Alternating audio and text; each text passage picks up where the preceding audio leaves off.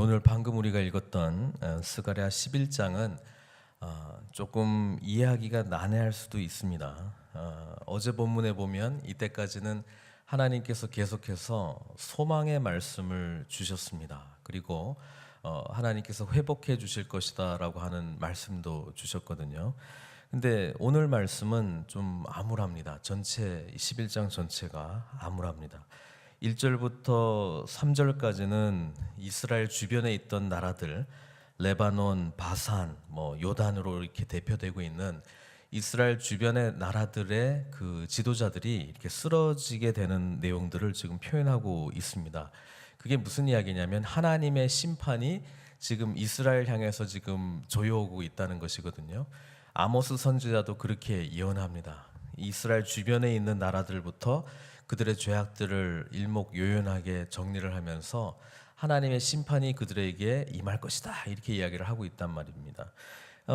그것을 바라보고 있었던 또 선지자의 말씀을 듣고 있었던 백성들의 입장에서는 그렇지 하나님 공의로우시니까 심판해야 되겠지라고 하는 그런 마음이 들고 결국에는 이스라엘과 그 유다의 죄가 무엇인지를 하나님께서 드러내십니다. 1절부터 3절까지의 말씀도 그런 차원에서 지금 하나님의 그 심판이 이스라엘을 향해서 가고 있다는 것을 말씀해주고 있습니다. 그러면서 4절부터 그 하나님께서 스가랴에게 이렇게 이야기를 합니다. 여호와 나의 하나님이 이르시되, 그러니까 지금 나의 하나님, 그러니까 스가랴가 지금 하나님께서 너는 잡혀 죽을 양떼를 먹이라. 그러니까 이 양떼가 이제 곧 죽임을 당하게 될 건데 그 양떼를 먹이라고 이야기를 하고 있습니다. 무슨 이야기냐면 지금 하나님께서 스가랴를 통해서 죽을 수밖에 없는 양떼들에게 목양하라, 돌보라 이런 이야기를 지금 하고 있는 거예요. 지금 현재의 상황은 이렇습니다. 사들인 자들은 그러니까 그 양들을 그 죽이려고 사들인 자들은 그들을 잡아도 죄가 없다 하고, 판자들은 말하기를, 그러니까 죽임을 당하도록 그 양들을 판 사람들이 이렇게 말하는 거죠. 나는 부유하게 되었다. 그러면서 여호와께 찬송하리라 하고 그들의 목자들은 그들을 불쌍히 여기지 아니하는도다. 누가 양들을 팔고 사냐?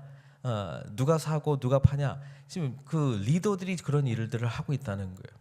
그러니까 리더들은 양들을 긍휼히 여기고 하나님의 공의가 그들에게 온전히 이루어지도록 그 역할들을 감당하는 게 온전한 리더십인데, 리더십들은 자기 유익만을 구했단 말이죠. 유익을 구하면서 사고 팔고 하면서 어떤 사람은 난 죄가 없다, 어쩔 수 없이 그렇게 했다 이렇게 이야기를 하고, 어떤 사람은 나는 팔았으니까 부유하게 되었구나, 그렇죠? 그러면서 여호와께서 이렇게 해주셨다라고 엉뚱하게 막 갖다 붙인다는 거야. 하나님께서 그런 불쌍한 양들을 향하여 스가랴에게 그 양떼를 먹이라, 돌보라 이렇게 이야기를 했습니다. 그만큼 이스라엘의 그런 그 심판의 내용들은 리더십들이 온전히 자신들의 역할들을 감당하지 못했기 때문에 나타난 이런 암울한 상황이다, 이렇게 우리는 이해할 수 있습니다. 6절에 보니까 하나님께서 이렇게 말합니다. 내가 다시는 이 땅 주민을 불쌍히 여기지 아니하고, 왜? 목자들도 그렇게 불쌍히 여기지 아니하였기 때문에 하나님 또한 그들을 불쌍히 여기지 아니하시겠다, 이렇게 말씀하고 있습니다. 이게 얼마나 무서운 것입니까? 이게 얼마나 하나님 앞에 우리가 두려워해야 될 부분입니까? 이 큰 주제 앞에 뒤에 부분들을 이해하시면 좋을 것 같습니다. 지금 그러니까 11장의 내용은 이스라엘 백성들이 그만큼 리더십들이 계속해서 타락했기 때문에 하나님께서 결국 이방인을 통해서 그들을 심판하셨다라고 하는 그 사실들을 다시 기억하라는 거예요. 7절에 보니까 6절에 보니까 하나님께서 내가 다시는 이 땅 주민을 불쌍히 여기지 아니하고 그 사람들을 각각 그 이웃의 손과 임금의 손에 넘기리니 그들이 이 땅을 칠지라도 내가 그들의 손에서 건져내지 아니하리라. 그게 북이스라엘은 아수르에게 멸망하고 남유다는 바벨론에게 멸망하게 된 계기 아닙니까? 그렇게 하나님께서 내버려 두신 이유는 그만큼 죄악이 관영했기 때문에 되돌아올 수 없는 길을 가버렸다는 거예요. 그래서 7절에 스가랴가 그 마음을 알도록 이 목자의 그 역할들을 줬어요. 7절에 보니까 내가 잡혀 죽을 양떼를 먹이니, 그러니까 하나님께서 죽을 수밖에 없는 그 양떼를 먹이라고 했잖아요. 그러니까 먹였는데 참으로 가련한 양들, 너무 불쌍하다는 거예요. 스가랴가 너무 불쌍하다는 거예요. 그 양들이 내가 막대기들을 취하여 하나는 은총이라 하며 하나는 연합이라 하고 양떼를 먹일세. 그 목자가 그 막대기 둘을 가지고 이제 치는데 하나는 은총이다, 하나는 연합이다라고 하는 이름을 가진 그 막대기를 가지고 쳤습니다. 그만큼 이 죽을 수밖에 없는 양들에게 하나님의 은혜가 계속적으로 이어지고 또 하나님께서 다시 연합해서 하나님과 연합하고 백성들이 연합하고 리더십들과 백성들이 연합해서 다시 이루어질 것을 바라는 마음으로 쳤는데 어떻게 됐다는 거예요? 한 달 동안에는 내가 새 목자를 제거했으니 이 아주 불량하고 백성들을 긍휼히 여기지 못하는 리더들 다 쳐내고 스가랴가 직접 했는데 이는 내 마음에 그들을 싫어하였고 그들의 마음에도 나를 미워하였습니다. 결론적으로 어떻게 됐냐면은 9절에 스가랴가 이렇게 고백합니다. 내가 이르되 내가 너희를 먹이지 아니하리라. 한 달 동안 쳤거든요. 그리고 리더십들을 제거해보고 하려고 했는데 너무 소망이 없는 그 양떼들인 것을 지금 고백하는 스가랴의 독백입니다. 뭐라고 이야기하냐면 내가 너희를 먹이지 아니하리라. 죽는 자는 죽는 대로 망하는 자는 망하는 대로 나머지는 서로 살을 먹는 대로 두리라. 이렇게 이야기했습니다. 여러분 우리가 하나님의 은혜 안에 있다는 것이 얼마나 큰 축복입니까? 그런데 하나님께서 이스라엘 백성들을 버리시겠다는 거예요. 스가랴가 그 하나님의 마음을 대표해서 지금 이야기합니다. 너무 돌아오지 않으니까 그토록 하나님께서 은혜를 베풀어 주셨는데도 불구하고 말을 안 듣는 거예요. 그러니까 죽는 자는 죽는 대로 망하는 자는 망하는 대로 나머지는 서로 살을 먹는 대로 두리라. 여러분 우리가 하나님께서 우리 삶 가운데 간섭하시지 않는다, 너는 나와 아무 상관이 없다 이렇게 말하는 것처럼 불행한 것은 없습니다. 그것은 저주입니다. 저주. 네 마음대로 해라, 나는 너하고 아무 상관없는 데라, 그냥 죽는 길로 가고 있는데 그냥 내가 너를 내버려 두겠다. 이게 지금 하나님께서 너무 죄악 가운데 가득 차 있는 백성들을 향한 마음이었다는 거예요. 이에 은총이라 하는 막대기를 꺾었으니, 은총 필요 없어, 꺾어버렸어요. 부러뜨려 버렸어요. 더 이상 은총이 없다는 거예요. 이는 모든 백성과 세운 언약을 폐하려 하였습니다. 이전에 나는 너희 하나님, 너희는 나의 백성, 이 관계 이제 없어. 이제 은혜는 없어. 이렇게 말씀하셨다는 거예요. 당일에 곧 폐함에 내 말을 지키던 가련한 양들은 이것이 여호와의 말씀이었던 줄을 안지라. 하나님의 말씀이 이제서야 조금 들리기 시작했나 봐요. 그리고 스가랴가 그들에게 말합니다. 내가 그들에게 이르되 너희가 좋게 여기거든 내 품삯을 내게 주고, 내가 너희들을 지금 한 달 동안 쳤는데, 한 달 동안 지금 먹였는데 그 대가를 주고 싶으면 주고 말려면 말아. 이렇게 지금 말합니다. 내 품삯을 내게 주고 그렇지 아니하거든 그만두라. 그 말이거든요. 내가 너희들에게 어떤 의미가 있었느냐. 그러니까 그들이 얼마를 줬어요? 은 30개를 달아서 내 품삯을 삼은지라.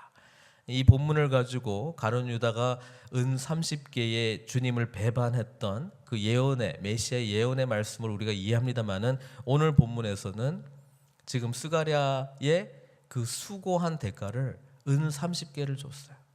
은 30개가 상징하는 게 뭔지 압니까?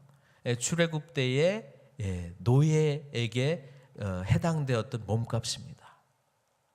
그러니까 이 그 양떼들은 스가랴가 그들을 치고 먹이려고 했을 때에 정말 불쌍한 마음으로 그들을 가련하게 여기고 긍휼이 없던 그 리더십들이 긍휼함을 베풀지 않았을 때에 그들을 섬기고 품으려고 했을 때에 받아들이지 않고 그 리더십을 오히려 종부리듯이 여겼다는 거예요. 예. 은 30개를 달아서 내 품삯을 삼은지라. 마찬가지로 하나님에 대한 값을 내가 섬겨야 될 주님으로 여기지 아니하고 내가 부려야 될 종으로 여겼다는 거예요. 그러니까 하나님의 분노와 진노하심이 이스라엘 백성들 가운데 가득했다는 거예요. 13절 여호와께서 내게 이르시되 그들이 나를 헤아린 바 그 삭슬 토기장이에게 던지라 하시기로 내가 곧 그 은 30개를 여호와의 전에서 토기장이에게 던지고. 종의 몸값으로 치루었던 이 은 30개 하나님께서 받으시지 않으셨다는 거예요. 난해 구절들이 여러 개 있습니다만은 토기장이의 밭에 이것을 버렸다라고 하는 게 제가 느끼기에는 이렇습니다. 토기장이는 뭐 하는 겁니까? 토기장이 흙을 가지고 토기장이가 원하는 대로 하는 거예요. 그리고 여러 선지자들이 토기장이와 관련된 비유를 했을 때에 그 만든 자가 필요한 대로 쓰는 거예요.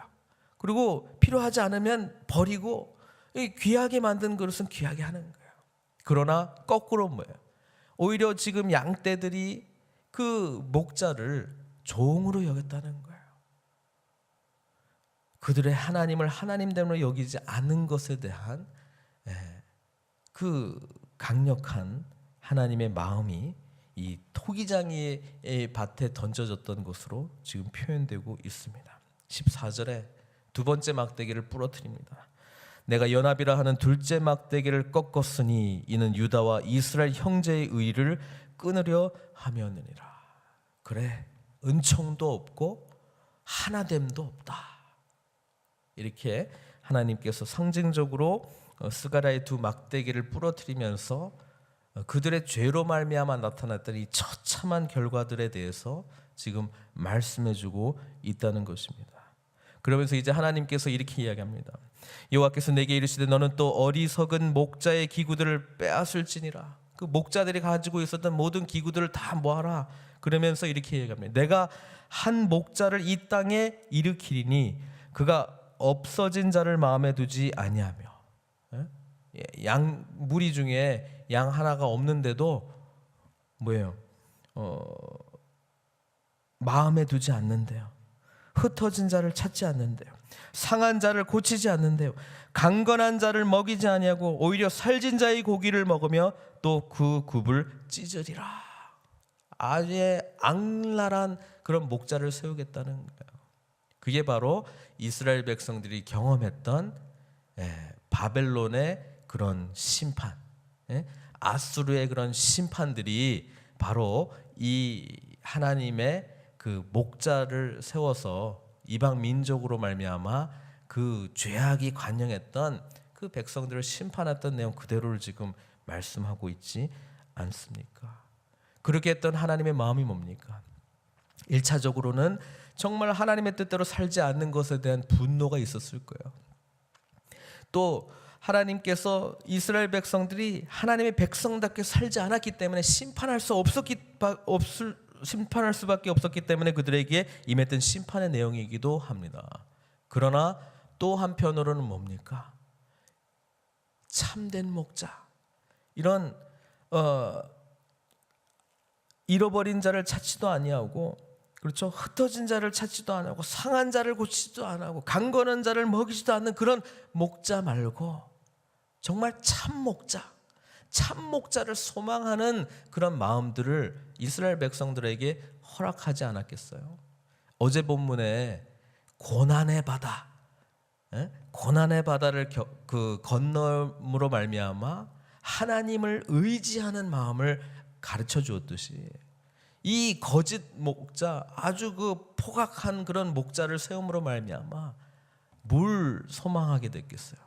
선한 목자, 참 목자를 소망하지 않았겠습니까? 하나님께서 궁극적으로 하나님의 본심을 말씀하십니다. 화 있을진저 양떼를 버린 못된 목자여, 칼이 그의 팔과 오른쪽 눈에 내리리니 그의 팔이 아주 마르고 그의 오른쪽 눈이 아주 멀어버릴 것이라. 하나님께서는 못된 목자, 거짓 목자를 심판하시고 참되고 선한 목자를 세우시겠다는 말씀입니다. 그 선한 목자 누구십니까? 우리 주님이시죠. 주님께서는 나는 선한 목자라. 선한 목자는 그 양들을 위하여 생명을 내어 놓느니라. 그렇게 말씀하신 분, 그게 바로 우리 주님 예수 그리스도 아닙니까? 하나님께서는 예수 그리스도를 통해서 꺾어버렸던 은총을 다시 회복시키십니다. 하나님께서는 예수 그리스도를 통해서 꺾어버렸던 하나됨을 다시 일으키십니다. 예수님께서 친히 두 막대기가 모인 십자가에 못 박힘으로 말미암아 우리에게 구원의 길이 열린 것입니다. 우리는 죽을 수밖에 없는, 여기 표현대로 하면 잡혀 죽을 양떼였으나 이제는 하나님께서 그 십자가의 은혜로 우리를 다시금 새 생명을 허락해 주셨다는 것, 이게 얼마나 놀라운 하나님의 은혜입니까? 우리는 이 은혜 받은 자의 삶을 살도록 하나님께서 우리를 부르셨습니다. 오늘 이 본문의 말씀 속에 처음부터 마지막 절까지 절망적이고 우울하고 심판의 내용이 있고 무서운 하나님이시지만, 그러나 그 이면에 우리를 끝까지 사랑하시고 우리를 구원하시기를 원하시고 우리에게 참된 길을 보여주시기를 원하시고 선한 목자 되신 주님을 온전히 붙들고 나아가기를 원하시는 그 하나님의 놀라운 사랑과 은혜 가운데 함께 나아가시는 저 여러분들 되시기를 주님의 이름으로 축원드립니다. 사랑의 하나님, 오늘 하나님께서는 엄청난 심판을 이스라엘 백성들에게 행하셨습니다. 그것은 바로 그들이 하나님의 백성답게 살지 못하였고 하나님의 공의가 이 땅 가운데 이루어지는데 리더십들이 그 역할을 감당하지 못했기 때문에 그렇습니다. 아버지 하나님, 하나님께서는 스가랴 선지자에게 은총의 막대기, 연합의 막대기를 꺾으셨으나 이제 주님께서는 선한 목자 되신 주님을 이 땅 가운데 보내주셔서 다시 은총과 하나됨의 역사를 우리에게 이루어 주시기를 원하고 있습니다. 선한 목자 되신 주님을 온전히 따르며 순종하는 그런 복된 길로 우리를 인도하여 주시옵소서. 이제는 심판이 아니라 은혜의 시대, 긍휼의 시대, 그리고 주님과 깊은 연합으로 말미암아 참된 목자 되신 우리 주님을 은 30개를 달아주며 우리의 종으로 부리는 것이 아니라 우리의 주님, 우리의 왕, 우리의 하나님으로 여기며 순종하는 저희들 될 수 있도록 인도하여 주시옵소서. 주님, 우리를 외면치 말아 주시고 늘 우리를 주님의 은혜의 장중 가운데 붙들어 주시고 복된 길로 인도하여 주시옵소서. 이 소망으로 오늘도 주님 의지하며 나아가오니 함께하여 주시옵소서. 예수님의 귀하신 이름으로 기도드리옵나이다.